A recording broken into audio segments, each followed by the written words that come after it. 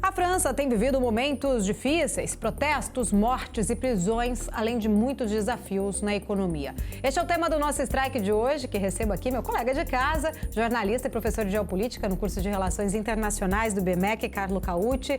Obrigada, Carlo, por hoje estar aqui do outro lado como entrevistado. É sempre um prazer. Prazer meu, Paula. Obrigado. Obrigada. Carlo, você que já morou na França, inclusive, estamos acompanhando todos esses protestos por lá. Queria entender um pouco da sua percepção, inclusive você que tem fontes, bastante fontes por lá, da situação real deste momento que a França vive por conta destes protestos. Começaram ali desencadeado, claro, por conta da morte de um jovem de 17 anos. Mas por trás desse motivo em si, você acredita que possa haver uma forma de expressão ali da população em descontente com o governo atual? Paula, sim, há um mal-estar, o malaise, como se fala em francês, da população em geral, e obviamente quem sofre mais é a população da periferia francesa. Há uma percepção de que o teor de vida está piorando. Essa é uma percepção, na verdade, não só francesa, mas da Europa inteira, mas os franceses, eles estão sentindo isso de uma forma mais intensa, até porque, além de uma redução da atividade econômica na França como um todo, a coisa que acontece normalmente na Europa inteira, temos também uma redução do Estado social, que sempre foi muito forte na França, uma redução dos serviços erogados pelo Estado, porque acabou o dinheiro. Simplesmente assim, o Estado não consegue arrecadar mais quanto antes, porque a atividade econômica não está no mesmo nível do que antes, e tem que cortar custo em algum lugar. Por exemplo, a reforma das aposentadorias que vimos, que o Macron foi obrigado a fazer recentemente, foi um caso típico de redução dos serviços que o Estado está erogando. Então temos um mal-estar, mesmo se a França ainda hoje é um país muito generoso do ponto de vista social, temos então esse mal-estar que acontece e temos também um problema social, mas também cultural e diria até religioso, ou seja, uma não integração entre uma boa parte da população francesa, que é de religião muçulmana e emigrou ou é descendente de imigrantes que vieram especialmente do norte da África, do Oriente Médio, e o restante da população, vamos dizer assim, autóctona, aquilo que eles chamam na imprensa francesa de franceses. Parece até feio esse termo, mas é aquilo que aparece na imprensa por lá. Então existe uma não mais conexão, ou algum fala que nunca existiu, tem gente que diz que nunca existiu essa conexão entre essas camadas das populações, esses grupos importantes, porque lembramos que na França são mais de 60 milhões de habitantes, indo para 65 agora, 8 a 10 milhões são de origem muçulmana e norte-africana. Então é um número expressivo. Não temos os números reais, porque na França é proibido perguntar, é proibido por lei perguntar qual é a sua religião, diferente daqui no Brasil, até porque a França é um Estado laico, A laicité é um dos valores da República, então é proibido perguntar qual é a sua religião, até porque não interessa o Estado, Somos todos iguais perante a lei, perante a República, então não é de interesse do país saber qual é a sua religião. Então há estatísticas assim, meio feitas por cima, feitas por quase pesquisas clandestinas, que mostram que tem uma fatia importante da população que é de religião muçulmana e que vive muitas vezes segregada na periferia. Mas não é só isso. Não é só isso, porque a França ela fornece para os seus cidadãos a possibilidade de emergir, de crescer, de subir na escala social, no nível social. Tem um elevador social que ainda funciona na França muito bem e que é gerenciado, realizado, é levado adiante pela escola pública, pelas universidades públicas, pelos serviços sociais que são públicos e gratuitos para todos os cidadãos. Então, quem quiser estudar na França pode fazer isso até o máximo nível de educação, até o doutorado de graça. Não tem grandes limitações, não há vestibulares tão duros como existem aqui no Brasil, por exemplo. Então, de fato, a República é generosa, como eles falam lá na França, com seus cidadãos. O problema é que há uma grande parte da população, essa que a gente falou, especialmente a população muçulmana, ou de origem, ou imigrante de primeira geração, ou descendente de imigrantes, que não está aproveitando mais, ou se recusa a fazer isso, ou tem por alguma questão, não consegue mais acessar a esta possibilidade de ascender do ponto de vista social. E isso acaba gerando esse círculo vicioso de falta de educação, falta de possibilidade de trabalho, ingresso na criminalidade e muitas vezes radicalização fundamentalista religiosa, que acaba levando depois para aquilo que a gente viu também no passado, ataques terroristas como o Bataclan, como o Stade de France, como Estrasburgo, entre outros. Então, é um problema social muito grave que acaba também fazendo muita gente se perguntar se de fato é possível essa integração entre imigrantes de primeira, segunda, terceira geração e os franceses autóctonos, vamos dizer assim, por questões de incompatibilidade étnica, religiosa, cultural também. Mas há, de fato, então, né, por não conseguirem ter acesso a esses estudos, não conseguirem, de fato, crescer, você acredita que é clara essas denúncias como são feitas em relação à discriminação racial pela polícia francesa, especificamente? Porque o caso desse rapaz surgiu, né, levantou-se o tema, mas não é a primeira vez, a gente vê exatamente outros casos já foram registrados, e a organização como a Anistia Internacional e o Conselho da Europa tem acusado, então, as forças de segurança da França de um abuso policial ao lidar com manifestações em massa, principalmente em relação a essas camadas. Você falou em relação à escolaridade. Existe, de fato, essa discriminação? Assim, que tem um problema da violência policial na França é algo que também a imprensa por lá está começando a debater. Até a palavra, a expressão violência policial era proibida, ou pelo menos era um tabu na mídia francesa. Ninguém falava disso. O próprio Macron, várias vezes, negou a existência de casos de violência policial. Então, de fato, é um problema. Isso é algo que é meio histórico na França, porque a polícia, como força pública, também teve que enfrentar, além de manifestações, revoluções, ou até quase guerras civis, né? Por exemplo, a Comune de Paris, né, em 1870, as revoluções de 48, entre outras. Então, ou o próprio 68 na França. Então, há um certo histórico do governo considerar as forças policiais como aquela barreira tênue entre a ordem e o caos, né, o caos generalizado. Então, não se critica a polícia. Mas é claro que somos todos seres humanos, a polícia também pode errar, e há casos no passado, casos conclamados de, não diria de violências, mas de excessos por parte da polícia, como em todas as polícias da Europa há. Não é a França, não é um caso único, há na Alemanha, há na Espanha, há na Itália, em todos, ou no Reino Unido, etc. Agora, a questão do racismo, eu acho que aí nesse caso é como assim, ex-estudante de faculdade francesa, eu estudei lá em Paris, durante o meu período de estudo na faculdade. Também morei uma época, depois da faculdade, na França. Isso eu acho que não existe, até porque muita da força policial, o efetivo da polícia, é também recrutado entre muçulmanos, negros, africanos ou asiáticos. Então, não são policiais brancos que vão lá e atuam de forma violenta contra imigrantes. São também eles mesmos ou imigrantes, ou filhos de imigrantes, ou vêm de famílias que têm esse histórico de ter chegado na França nos últimos anos. Então, não existe uma acusação de racismo, porque são, muitas vezes, negros ou magrebinos que acabam prendendo outros negros e magrebinos. Então, isso não faz sentido. Mas que, de fato, há um problema de ter que calibrar o uso da força em relação a situações de crime ou até de terrorismo que estão surgindo na França. Isso é um fato, é um problema.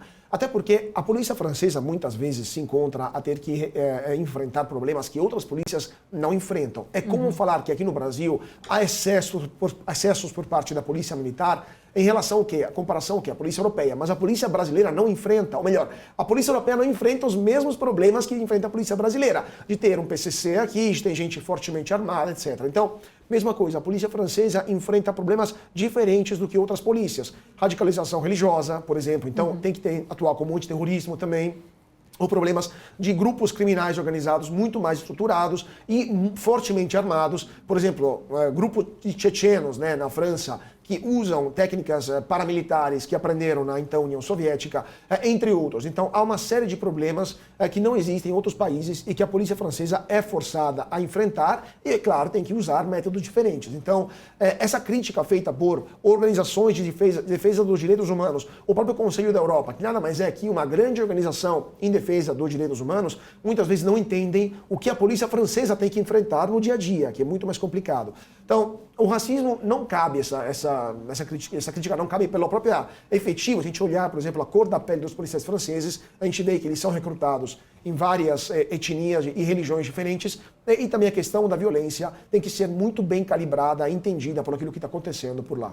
Você que morou lá, você que é italiano, foi um imigrante na França, como que funciona a política de imigração francesa? Eu li aqui algumas matérias que falam que o modelo é o assimilacionista, né, de interação ali de imigrantes que fica diferente ali, um pouco difere do multiculturalismo e acaba prevendo uma eliminação dos traços da cultura de origem. Eu fiquei muito na dúvida em relação a isso. Como que foi a sua percepção como um imigrante lá? Apesar de você ser um imigrante europeu, vamos dizer assim. Claro. Não, mas isso vale para para todos, vale para todo mundo. Fora que eu morei só um período, então eu já sabia que eu ia voltar para o meu país. Então é diferente de quem se transfere lá.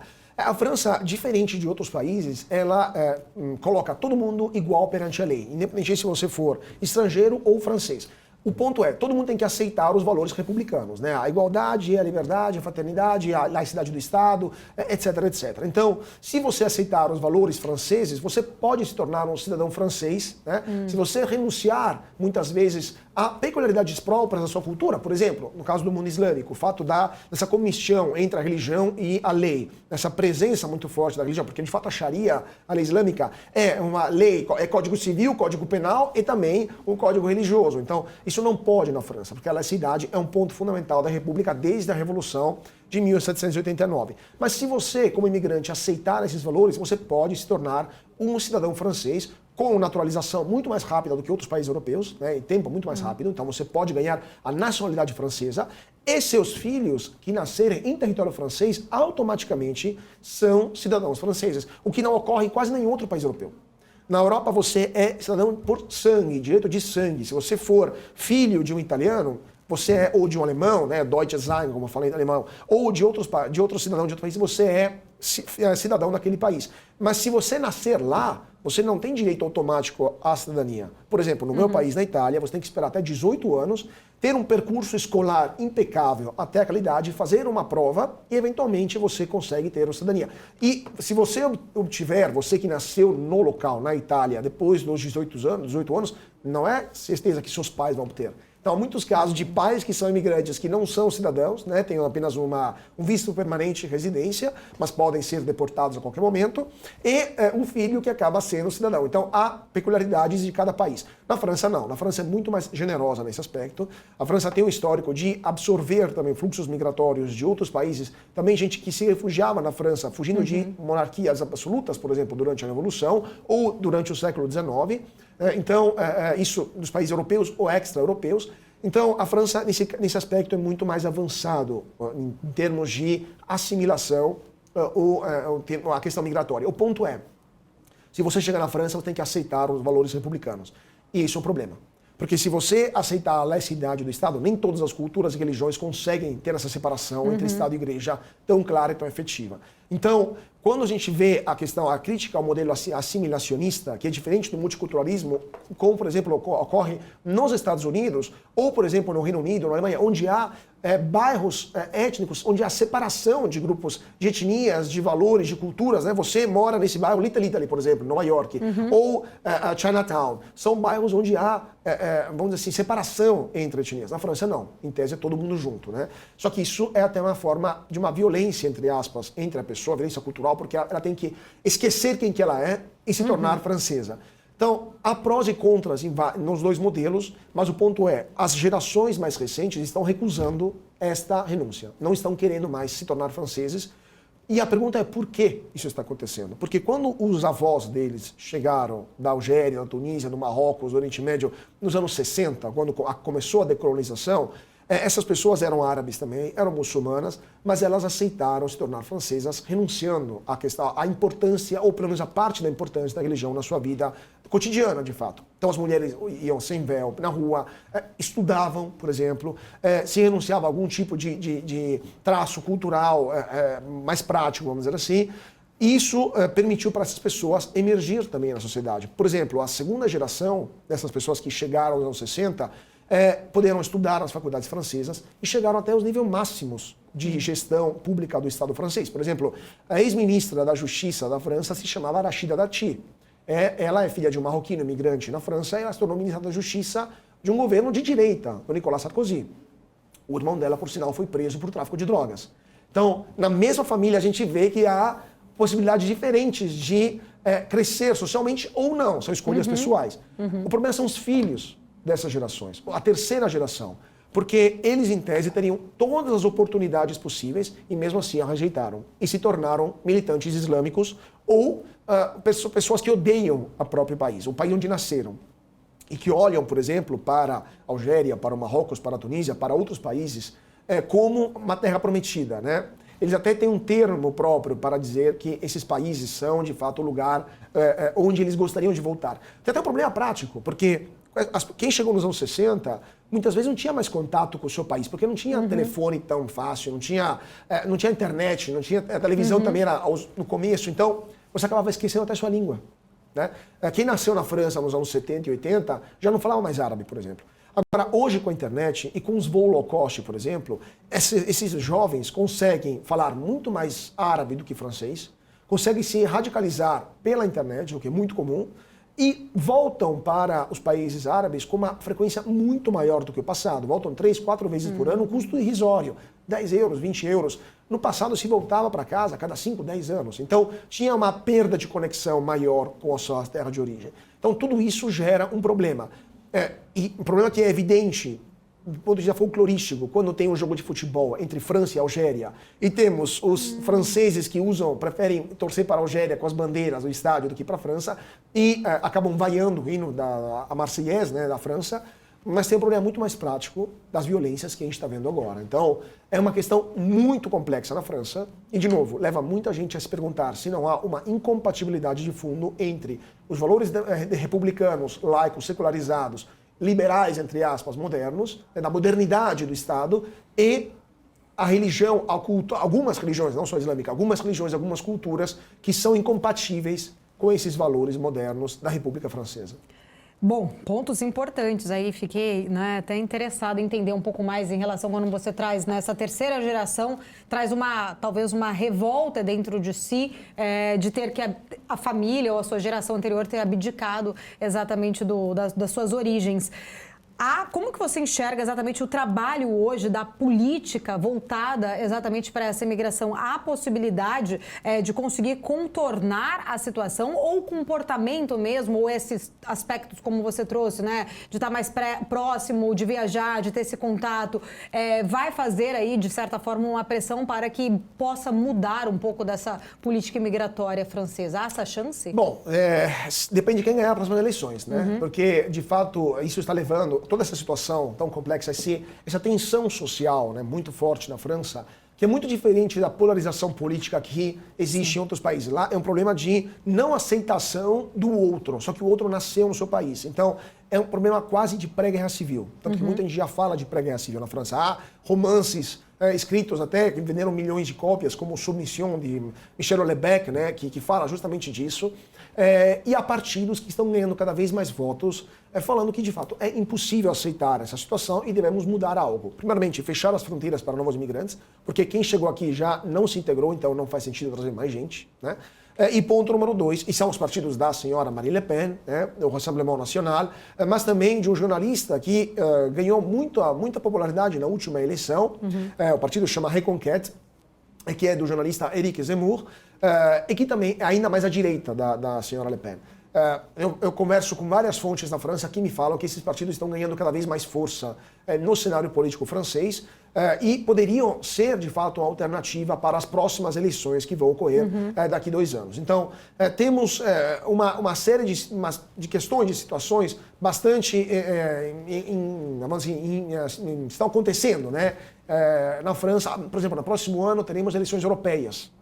Isso será também um teste importante para ver qual que é a força desses partidos, até porque o sistema político francês, ele prevê um nível mínimo de votos que os partidos devem ter de 10%. Há circunscrições muito pequenas. Então, se o partido tiver, por exemplo, 9 alguma coisa, ele não tem nenhum tipo de acesso na Assembleia Nacional, coisa que não acontece a nível europeu, onde esse nível mínimo de votos é mais baixo. Então, teremos um quadro mais claro da situação das relações de força na França. Então, a questão de mudar a lei migratória, mudar a lei da nacionalidade também, não permitir mais que quem nasce na França seja automaticamente francês, tem que ter um percurso de aceitação aos valores republicanos, né? E, porque não pode expulsar as pessoas que estão lá, você não pode mandar embora alguém que tem o seu passaporte, isso é proibido pelo direito internacional. Mas punir com mais rigor os franceses que cometem crimes e que se recusam a aceitar as leis da República. Então, há uma série de pontos que estão sendo colocados na mesa e que a população francesa está olhando com cada vez mais interesse, porque assim como está, não dá mais, não é possível mais aceitar essa situação de ausência do Estado em vários lugares, especialmente nas periferias das grandes cidades, não é só um fenômeno de Paris, mas acontece em toda a França, O próprio Macron, que não é exatamente um cara de extrema-direita, mas é um cara liberal, moderado, fez parte de um governo de esquerda, né? Ele foi ministro da Finança do governo socialista do Hollande.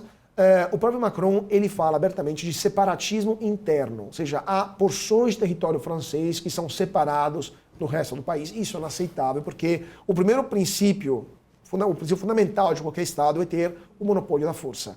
Se o Estado não consegue ter o monopólio da força em várias porções do Estado, ele não é mais Estado, né? Ele pode até se tornar um Estado falido.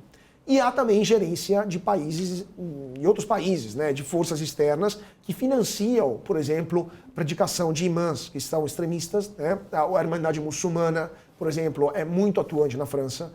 A própria Turquia financia mesquitas extremistas e por isso que existe esse embate muito forte nesse momento entre a França de um lado e a Turquia do outro, que quase chegou a um conflito armado no ano passado, né, no mar da Grécia, no mar Egeu. Então, há uma situação muito mais complexa do que pode aparecer aqui no Brasil como uma simples problema de ordem pública. É um problema geopolítico interno ao país que pode eventualmente chegar até a um problema de guerra civil, a uma situação extrema de guerra civil ou de guerrilha urbana fora de controle. Então, é uma questão muito complicada que o próprio governo francês não sabe muito bem como resolver. Só a resposta securitária não resolve, mas também uma resposta meramente socioeconômico-cultural também não é a solução e é de tão longo prazo que o problema atual, incumbente, não consegue ser resolvido. Carlo, essa questão, né, você trouxe aí da questão de uma guerrilha interna, como que você vê a avaliação, né, como você avalia, na verdade, a condução de Macron nesses casos de protesto? Depois eu vou até entrar um pouco mais na questão do protesto sobre a reforma da Previdência, mas nesses casos no qual a população traz essa sinalização, esse descontentamento com a forma no qual, né, a lei hoje é colocada na França, como que é a avaliação sua em relação à condução de Emmanuel Macron? Macron tem um governo que tem que juntar várias forças políticas francesas, porque ele não tem a maioria na Assembleia Nacional. Então, o ministro do Interior da França, por exemplo, é mais linha dura do que ele. E o ministro do Interior tem um posicionamento muito mais securitarista, né, securitário, vamos dizer assim, ou seja, legalista, no sentido de quem errou tem que pagar e acabou. Não tem desculpa, não tem papo, não tem conversa. Não temos descontos para quem cometer crimes. Que é um ponto que é aceito por boa parte da população francesa, que quer, de fato, lei e ordem. Um exemplo prático. Nesse caso específico do jovem de 17 anos que foi morto no subúrbio de Paris. Houve duas coletas de fundos, né? Duas propostas para juntar dinheiro, uma para a família da pessoa, do jovem que morreu, e outra para a família do policial que foi preso. Né? Foi preso, que atirou e matou a pessoa. A coleta de recursos para o policial obteve mais de 1,5 milhão de euros. 4 vezes mais do que os recursos que foram obtidos pela iniciativa a favor do jovem morto. Então isso demonstra como a população francesa quer, de fato, se mobiliza a favor daquilo que ele considera, de novo, como essa linha de diferença entre a ordem e o caos. Né? Então, o ministro do Interior da França, ele é muito mais linha dura do que o Macron. O Macron, ele entende que não é possível só resolver isso com a força bruta, porque é um problema. Você pode até prender todo mundo, como fizeram agora, prendendo mais de 3 mil pessoas. Mas não resolve, são milhões. Você não pode prender 8, 10 milhões de pessoas, não existe isso. Então, é um problema muito mais profundo que tem que ser resolvido. A integração mostrou seus efeitos positivos. A gente viu muitos deputados franceses são de origem estrangeira, muitos são eleitos no exterior também. Né? Há departamentos ultramarinos que votam, que elegem deputados para a Assembleia Nacional Francesa, mas, evidentemente, a resposta integracionista não resolve tudo. Então, é uma questão muito complicada. E, nesse meio termo, o Macron está entre dois fogos. Né? De um lado, a necessidade de responder com a força bruta, né, para tentar manter a ordem nas cidades francesas, porque já estamos no nível de saques nas lojas, já estamos no nível de destruição do patrimônio público, de queimar ônibus, quase guerrilha urbana. Então, não tem como não responder de forma dura para essas situações, até porque destruição de patrimônio particular. E até porque, se o governo não responder de uma forma mais dura para essas manifestações de violência urbana, a população vai responder sozinha. E já está acontecendo. Há vídeos que mostram torcidas organizadas se posicionando em frente a vitrines de lojas que estão prestes a ser assaltadas por manifestantes e batendo com paus, com pedras, com armas impróprias contra esses manifestantes. Isso é prelúdio à guerra civil. Tá? Então já está acontecendo e o governo não pode aceitar que isso ocorra.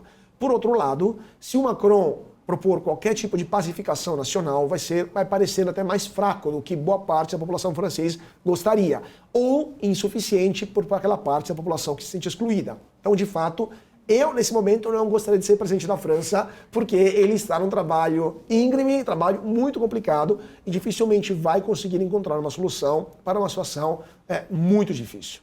Carlo, quero continuar falando mais sobre este tema com você. O Strike vai para um rápido intervalo comercial. Você que está aqui acompanhando a nossa programação, continue com a gente. Voltamos em instantes. Estamos de volta aqui no Strike, debatendo mais sobre a situação na França, né? Toda essa situação interna que a França vive nos últimos dias. Hoje a gente recebe ele, que é nosso colega de casa, jornalista, mas também professor de geopolítica no curso de Relações Internacionais da Faculdade do IBMEC, Carlo Caugucci aqui com a gente. Carlo, estávamos falando um pouco, né? Você falou agora há pouco em relação, não queria estar na pele de Emmanuel Macron. A gente viu recentemente num outro protesto, né, muito grande por sinal, Macron teve que agir ali à força, vamos dizer assim, quando estava tendo toda aquela manifestação em relação à lei da previdência privada, que mudava ali o ano, né, de se aposentar. E ele acabou tomando a decisão de fazer aí, usando um decreto e não passando pelo Congresso. Isso acabou atrapalhando, manchando a imagem de Emmanuel Macron internamente? Bom, ele de fato atuou como a Constituição prevê. Ele fez aquilo que a Constituição permite e existe a possibilidade da oposição derrubar esse decreto. A oposição não chegou ao número de votos suficientes, moral da história, passou. Uhum. Até porque no caso da aposentadoria, da reforma das aposentadorias, é uma daquelas reformas que ninguém quer fazer, mas todo mundo sabe que é necessário. Então ninguém quer sujar as mãos e achar a solução mais elegante e mais prática. Deixar tudo no colo do governo, usa esse decreto, o parlamento não faz de conta que não viu. Tentamos fazer oposição, não temos votos suficientes, mas ninguém vai questionar quem votou, quem não votou, fim da história. Se as forças políticas francesas tivessem aprovado essa reforma da Previdência como é necessário, porque a França tem um problema de redução da atividade econômica, ou seja, menos recursos, menos receita produzida pelas empresas, e envelhecimento da população, além da pejotização mundial que está acontecendo, se é necessário, então todo mundo sabe que era fundamental fazer isso, como todos os países europeus fizeram, inclusive a França fez tarde demais. Mas se qualquer partido político tivesse votado a favor dessa reforma, imediatamente teria perdido milhões de votos. Porque nenhum francês quer se aposentar mais tarde, com mais tempo. Então é uma questão cultural, até um pouco assim, um excesso de bem-estar que gera um pouco de preguiça e de falta de vontade de enfrentar um mundo que muda, né? Porque, de fato, a expectativa de vida aumentou muito, não é possível se aposentar por tanto tempo assim. Na França tinha um sistema muito generoso e era insustentável do ponto de vista fiscal e tributário. Então, era um negócio radioativo. Então, a única solução encontrada pelo governo, pelas forças parlamentares, foi deixa o governo se queimar, até porque não pode ser mais reeleito, e fim da história. E foi isso que aconteceu. Agora, essa reforma, ela é interessante esse ponto, Paula, porque a gente viu vários protestos na França contra essa reforma. Mas quem protestou? Foi a população francesa autóctona.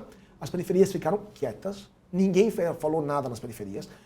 O protesto ocorreu no centro das grandes cidades, e agora é na periferia das grandes cidades, e foi por franceses de 40 anos para cima. Os jovens sequer se interessaram nessa reforma, porque eles sabem que a pirâmide demográfica é tão desfavorável para eles que eles não vão ter aposentadoria. E eles também têm outra visão do trabalho. Eles já começam a trabalhar como PJ. Eles não têm interesse em pagar mais impostos para financiar a aposentadoria dos seus avós, né? Não tem interesse em trabalhar até quando? 70, 75 anos, porque quem tem 20 anos hoje, até a aposentadoria vai ver 4 ou 5 reformas acontecerem. Se, quiçá, tiver uma reforma na aposentadoria.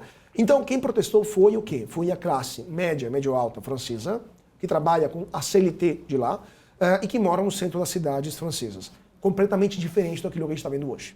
E completamente diferente daquilo que vimos no caso dos coletes amarelos, que era outra fatia da população, que era a população de baixas camadas sociais, né, população de camadas mais baixas, que morava fora dos grandes centros urbanos, e que com o aumento do custo da gasolina, que já tinha uma compressão nos salários, porque normalmente é trabalhador não qualificado, geralmente não tem proteção também social, não tem CLT, trabalha ou no comercial, faz bico, ou tem trabalhos que não tem essa garantia social, e que um aumento da gasolina teria impactado e muito na vida deles, porque eles usam carro todo dia para se deslocar dos milhares de pequenos centros urbanos da França para os centros das cidades para trabalhar. Então, não tem transporte público para isso. A França tem mais prefeituras do que o Brasil, tá?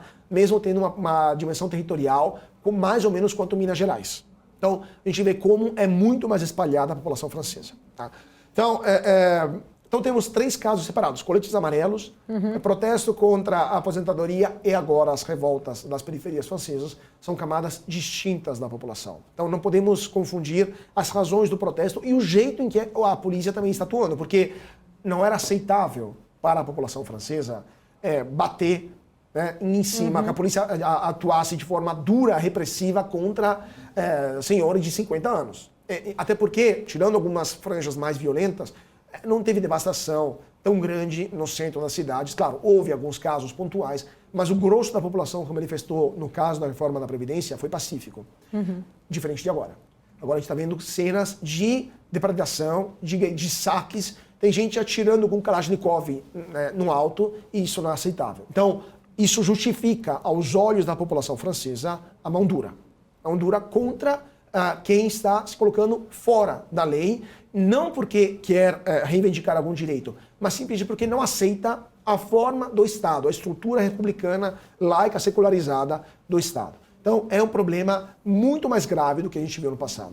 Você falou sobre Marine Le Pen, né? A gente tem agora, né, vai ter aí a próxima eleição, como você bem falou também, Macron não vai poder mais concorrer, mas a gente entende que olhando os resultados das últimas eleições, ela inclusive ela não ganhou, mas ela teve mais voto nesta última eleição, no qual o Macron foi reeleito. Ela teve acho que 40% ali dos votos para ela, a população não a reelegeu, mas a gente vê que da outra eleição ela aumentou. Você acredita que de alguma forma há um aumento da visão da população, talvez insatisfeita com esses pontos que nós colocamos aqui até agora, possa, de repente, olhar mais para uma direita conservadora do que atualmente a gente vê, né, viu nas últimas eleições? Não, com certeza é um percurso progressivo, porque votar por uma direita como a da Marine Le Pen é complicado para um francês médio, vamos dizer assim, porque é uma direita nacionalista, uma direita anti-europeia, uma direita até nos tons exagerada.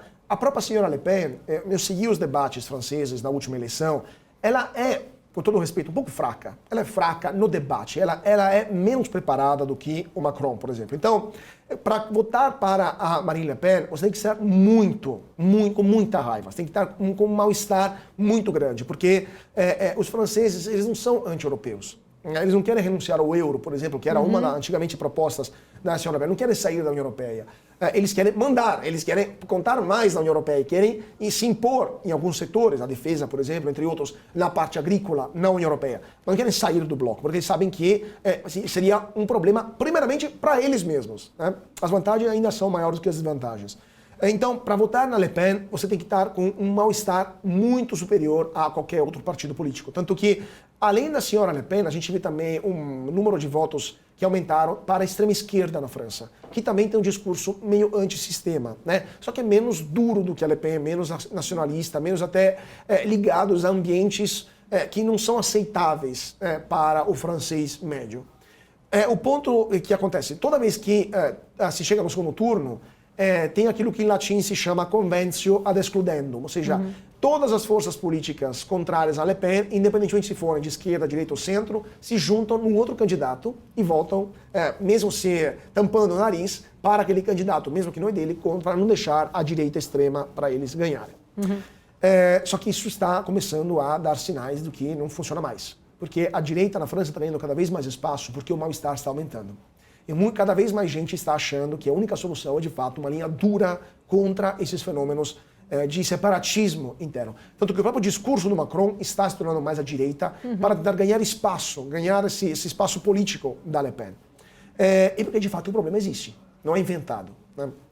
Então, vamos ver o que vai acontecer nas próximas eleições. Marine Le Pen disse que não vai se candidatar novamente, que ela já é a terceira ou quarta eleição dela, presidencial.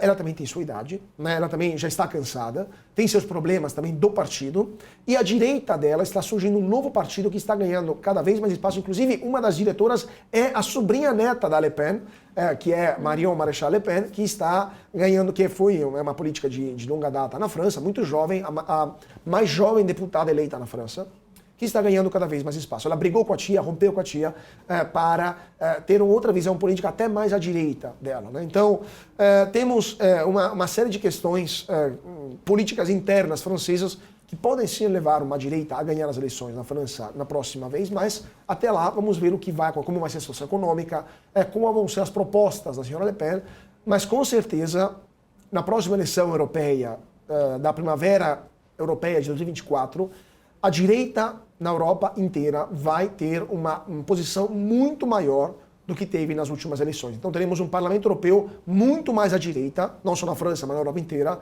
do que a gente está vendo agora. Isso pode estar relacionado com a atual conjuntura econômica, que tanto a França quanto a Europa como um todo, né, tem sofrido bastante desde o início também do conflito. Claro, o conflito acho que foi um ponto, né? A gente teve também desde a época da pandemia impactando globalmente, a pressão inflacionária impactando muito. Mas o conflito do leste europeu, a Europa em si especificamente sofreu bastante. Isso pode estar muito relacionado também a esse fator econômico? Com certeza. Quem vota na direita na Europa não é a classe alta, não é a elite, é a classe mais baixa. São os mais pobres, são os antigos operários, o chão de fábrica que perdeu o seu trabalho porque a planta, né, a fábrica dele delocalizou na Europa Oriental, então ele não consegue se recolocar no mercado de trabalho, porque se você sempre foi chão de fábrica, né, operário ou trabalhador não qualificado, até os 50 anos, e a tua fábrica fecha, você não vai virar um programador de app de um dia para o outro. Você não vai virar um escritor ou um trabalhador da nova economia, porque você não tem as competências e já passou a fase de aprendizado. Então o que vai acontecer? Você vai ter que ser acompanhado até a aposentadoria, porque ou por subsídio público, mas aí você tem uma redução do seu teor de vida, ou você vai ficar desempregado e você vai ter, de fato, até um estigma social. É isso que gera esse mal-estar para as populações francesas, em grandes camadas da população francesa. Além disso, tem a concorrência da China, que também está piorando a situação, né? E, juntando a isso, temos a guerra na Ucrânia, que está provocando graves problemas energéticos, não tanto na França, porque a energia nuclear lá amenizou um pouco essa questão, mas a questão migratória. Porque, de novo, a camada mais baixa da população é aquela que mais precisa da ajuda do Estado para ter um teor de vida aceitável. Exemplo, casas populares. Quando se constrói um bâtiment, né, uma nova casa popular, e o governo tem que decidir quem vai morar lá, tem as listas, né, de prioridade para quem vai ganhar um apartamento novo construído pelo Estado. E como é que são feitas essas graduatórias, esses rankings? Primeiro ponto, renda, mas segundo ponto, qual que é? Número de filhos. E aí o que acontece? A renda do imigrante é normalmente mais baixa do que o francês autóctono. Então já ganha por isso. Mas ganha muito mais no número de filhos, porque eles fazem muito mais filhos do que os franceses. Então, por exemplo, isso é um problema na Europa inteira, tá? Mas na França também. As casas populares hoje estão sendo entregues, é só um dos 1000 exemplos, tá, de Estado social que está servindo mais os imigrantes do que os franceses. Estão sendo entregues mais para os imigrantes do que para os nacionais, entre aspas. Então, ou para quem nasceu na França, mas é de segunda ou terceira geração, do que quem está lá desde sempre. Vamos usar esse termo um pouco feio até, mas, de fato, essa é a percepção que eles têm lá.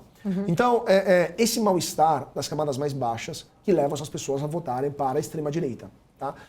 Se a gente pegar o mapa eleitoral da França em departamentos, onde que Marine Le Pen ganha mais votos? Em locais de desindustrialização rápida, por exemplo, na região de fronteira entre a França e a Bélgica, tá? Onde havia uma tradição de indústrias têxteis, que fecharam todas por causa da concorrência da China, ou na França profunda, onde as fábricas preferiram se transferir na Polônia, na Romênia, na Bulgária, porque com a União Europeia não tem mais imposto alfandegário, a mão de obra lá é muito mais barata, pagam menos encargos trabalhistas e as mercadorias que são produzidas, né, na Croácia ou na Hungria ou na Romênia chegam até o mercado francês apenas em 4, 5, 6 horas de caminhão, que não tem um grande custo. Então, essas pessoas estão sofrendo, que seriam um eleitorado tradicional da esquerda, acabam votando para a extrema-direita por causa desse mix explosivo da situação que gera esse mal-estar social muito forte.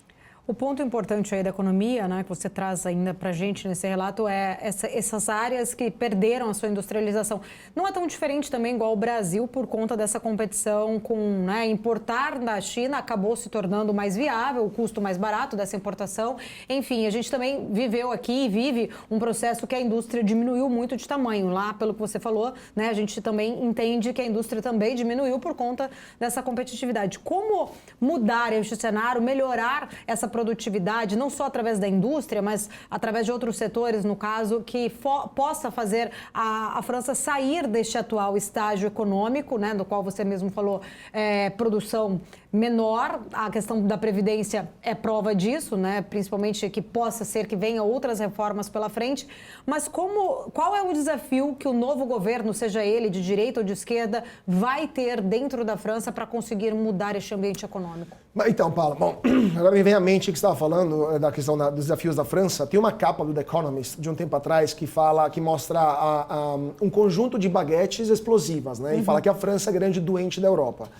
De fato, a França tem um problema grave de redução da sua competitividade internacional, aumento da dívida pública e impossibilidade de continuar financiando os gastos de um governo que tem uma presença muito forte na economia. Então, esse é um grande, gigantesco desafio para qualquer governo que chegue, que esteja hoje no poder, como o Macron, ou que chegue no futuro. O Macron está respondendo de forma muito liberal, entre aspas, tentando cortar gastos, isso gera também mal-estar, aumentando impostos ou levando o país levantando impostos para questões, por exemplo, de energia poluente, questão do combustíveis fósseis, por exemplo, mas também isso gera mal-estar. Ou também tentando levar a França para uma transformação econômica, para uma economia 4.0, entre aspas, né? Ou seja, por exemplo, Macron se encontrou com Elon Musk e está tentando trazer uma fábrica da Tesla na França, entre outras. O Macron está muito atento a criar fóruns empresariais com empresas multinacionais estrangeiras para levá-las a criar plantas produtivas na França. Então, ele que vem da iniciativa privada, ele foi um banqueiro de negócios, trabalhou para Lazard, se não me engano, ou para Goldman Sachs, enfim, um banco de investimento, antes de se tornar político. Então, e ele é muito jovem. Então, ele percebe o problema, o tamanho do desafio, né? Então, ele está tentando fazer isso, mas é muito complicado. Por uma série de questões. Para a questão que é muito difícil modificar as leis trabalhistas muito rígidas, os sindicatos da França são fortíssimos, né? E essas empresas não querem os sindicatos atrapalhando. Um exemplo, na França não há Uber, não existe Uber na França, é proibido, porque os sindicatos e a lobby dos taxistas foi muito mais forte do que o governo e impediu que o Uber chegasse lá. Então isso também impede que se crie mais emprego. Imagina o Brasil se não tivesse Uber. Quantos milhões de brasileiros, ou por exemplo, o iFood, quantos milhões de brasileiros estariam desempregados, sem renda, e agora conseguem ter o mínimo para ter uma renda digna para sustentar eles e as suas famílias. Então, na França temos alguns atrasos, até culturais, uma cultura também humanista demais, muitas vezes. A Grande École na França são escolas humanistas e não tecnológicas. Claro que temos algumas exceções, uma forte presença de engenheiros, por exemplo, que vêm também de escolas, grandes escolas francesas, mas não são o suficiente ainda, não conseguem se encaixar nessa nova economia. É um problema na Europa inteira, tá? Não só na França. Então, é um desafio e tanto para um país que se acostumou a um padrão de vida muito elevado e hoje está descobrindo que esse padrão é mais elevado de suas capacidades de financiá-lo. Reduzir esse padrão de vida tem um custo social e tem um custo político. E agora que eles estão começando a pagar esse custo. Mas o próximo governo, quem quer que seja, hoje estava vendo Le Figaro, hoje de manhã tem uma entrevista com um intelectual francês que se pergunta se a vitória da senhora Le Pen nas próximas eleições não é inelutável, né? Mesmo que ela ganhe, os problemas vão continuar. E ela vai ter que decidir se continuar financiando esse padrão de vida além do possível. Isso vai significar mais gasto público, mais inflação, mais dívida pública. Isso tem um tempo limite. Ou também continuar atuando como o Macron está fazendo, tentando deixar o Estado mais eficiente, cortando, reduzindo, mas isso também tem um custo político. Então, vai ser um dilema e tanto para a França se manter o país que é hoje na condição social que a gente conhece hoje. Carlo, em relação ao histórico, né, da França em si, tem um histórico muito forte em defender pautas ambientais. A gente até viu críticas anteriormente do Macron em relação às queimadas aqui na Amazônia. Tem pregado muito a questão também dos movimentos de descrescimento econômico para tentar frear as mudanças climáticas. Há muitos especialistas em economia verde que acreditam que a economia tradicional ela acabou se tornando ali uma arma de destruição em massa, né, que seria a responsável por tudo isso. Só que, contraditoriamente, necessariamente, como você bem lembrou, né, a questão da energia não foi tão impactada na França porque eles utilizam a energia nuclear. Até pesquisei que 70% da produção da eletricidade vem de energias nucleares. É muito contraditório, né? Quando você aponta o dedo, principalmente para fora do seu território, falando em pautas ambientais, e internamente você não tem outra escolha e acaba tendo que recorrer a pautas não verdes, né? Exatamente. Como que você vê também esse desafio para esta pauta, para o próximo candidato, ou até para o atual mesmo? Acho que o Macron já até aliviou um pouco, né, as críticas em relação às questões ambientais, depois que começou a perceber a dependência ainda do combustível fóssil muito grande ali na Europa. Não, pois é, Paula, são vários pontos, porque, primeiro, a França ela é o país mais nuclearizado do mundo. Tá? Em número de centrais nucleares ativas, são cerca de 60 centrais nucleares, o Brasil tem 2, tá? Angra 1 e Angra 2. Tá? Os americanos também não têm tanta central nuclear em proporção à população. Tá? Então a França é um único, até por questões geopolíticas eles fizeram isso, né? Depois da crise petrolífera dos anos 70, mas até antes disso. Então a França ela depende muito da energia nuclear e energia nuclear cria escória. Escória nuclear demora milhares ou centenas de milhares de anos para para perder esta radioatividade e em algum lugar você tem que estocar. E te garanto que eles não estocam debaixo da Torre Eiffel, tá? Eles estocam em outros lugares, muitas vezes não são contáveis, não são admissíveis, né? Então, inenarráveis. Então, dito isso, existe uma certa hipocrisia. Mas existe também uma mudança de percepção da questão ambiental, porque a Europa inteira, não só a França, passou de uma geração Greta, né, a geração Greta Thunberg, onde o ambientalismo parecia que era a nova fronteira do debate público. Isso muito mais nos países nórdicos, na verdade, e na Alemanha. Na França nunca pegou tanto assim. O Partido Verde não é tão forte assim na França como é hoje na Alemanha. Tá? Mas depois da guerra da Ucrânia, a Greta foi esquecida. Porque a guerra na Ucrânia demonstrou o quanto a Europa é dependente, demonstrou na pele dos europeus. Sim. Porque a turma começou a pegar, a turma que precisa do gás para cozinhar, para se aquecer, da gasolina para andar na rua, começou a chegar a receber em casa contas de gás e de luz também, porque o gás também na Europa produz energia elétrica, que eram 4, 5, 6 vezes mais caras. Então, opa, temos um problema aqui. Não dá para renunciar ao gás ou aos combustíveis fósseis como um todo de um dia para o outro, porque senão a gente vai ficar pobre. E ninguém quer ficar pobre. Todo mundo quer ser ambientalista rico, que já por si só é uma incongruência. Mas tudo bem, mas vamos entrar nesse debate que é mais longo. Então, temos uma hipocrisia de fundo, temos um problema agora de mudança radical de percepção após a guerra na Ucrânia, e isso vai ter um impacto nas próximas eleições. Tá? Por exemplo, toda vez que eu vou cobrir o Fórum Econômico Mundial de Davos, eu percebi isso nitidamente nos últimos anos.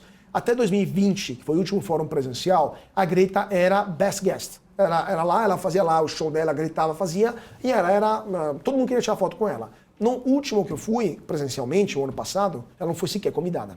Tá? Então, até a elite do Beautiful People no mundo está olhando a Greta e falou, opa, não é agora mais o seu momento, já passou da fase. E vai continuar assim, porque a guerra da Ucrânia está continuando. Tá? Mas, além disso, tem outra questão. O ambientalismo na Europa e na França, especificamente, é utilizado como arma política internacional. Ou seja, se mostra o dedo, né, se aponta o dedo para países que, segundo eles, não estariam respeitando a Carta de Paris, né, a Convenção de Paris sobre o Clima, etc., para poder justificar um certo protecionismo comercial.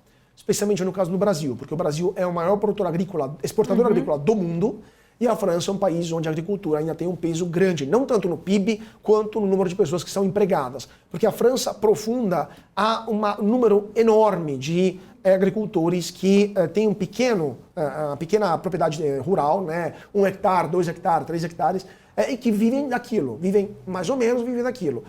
Se o Brasil começar a exportar para a Europa todo o seu potencial agrícola, essas pessoas vão ficar fora do mercado. Ou vão ter que se reinventar, e nem todo mundo vai conseguir. Então vai ser mais um problema social para a França. Já que eles não podem dizer que não querem os produtos brasileiros por essa razão, porque outros países europeus vão dizer, não, peraí, se chegar produto do Brasil vai ser muito mais barato, vai reduzir a inflação na Europa e vai ter um benefício generalizado para as camadas mais baixas da população, porque vão comprar produto agrícola mais barato, então os franceses usam essa desculpa da questão ambiental. Mas, de fato, é uma desculpa. E é uma desculpa que está tem cada vez menos força e está sendo apontada como desculpa também por outros países europeus e cada vez mais vai acabar sendo colocada de lado, porque a Europa precisa dos produtos brasileiros e a França não consegue fazer resistência mais para isso. É uma situação bem delicada, né, Carlota? Até porque a gente estava falando em relação à questão de do protecionismo, muitas vezes, que a guerra acabou fazendo ali com que muitos países percebessem. Ainda assim, a França, né, a gente falou agora da desindustrialização por conta da dependência em relação à China, mas ainda tem outros setores também que trazem esse sinal. Eu quero agradecer, foi muito bom o papo aqui contigo. Obrigada, foi um prazer conversar com você nesse strike de hoje. Obrigado, Paula. Prazeraço e muito obrigado ao nosso público também. Uma grande aula aqui. Obrigada, Carlo Caucci, sempre aí, né, trazendo informações como jornalista. Hoje aqui foi meu professor nesta aula do Strike aqui da BMC News. Quero agradecer a sua audiência. Obrigada pela companhia. A gente se vê no próximo Strike, na semana que vem. Até lá. Tchau, tchau.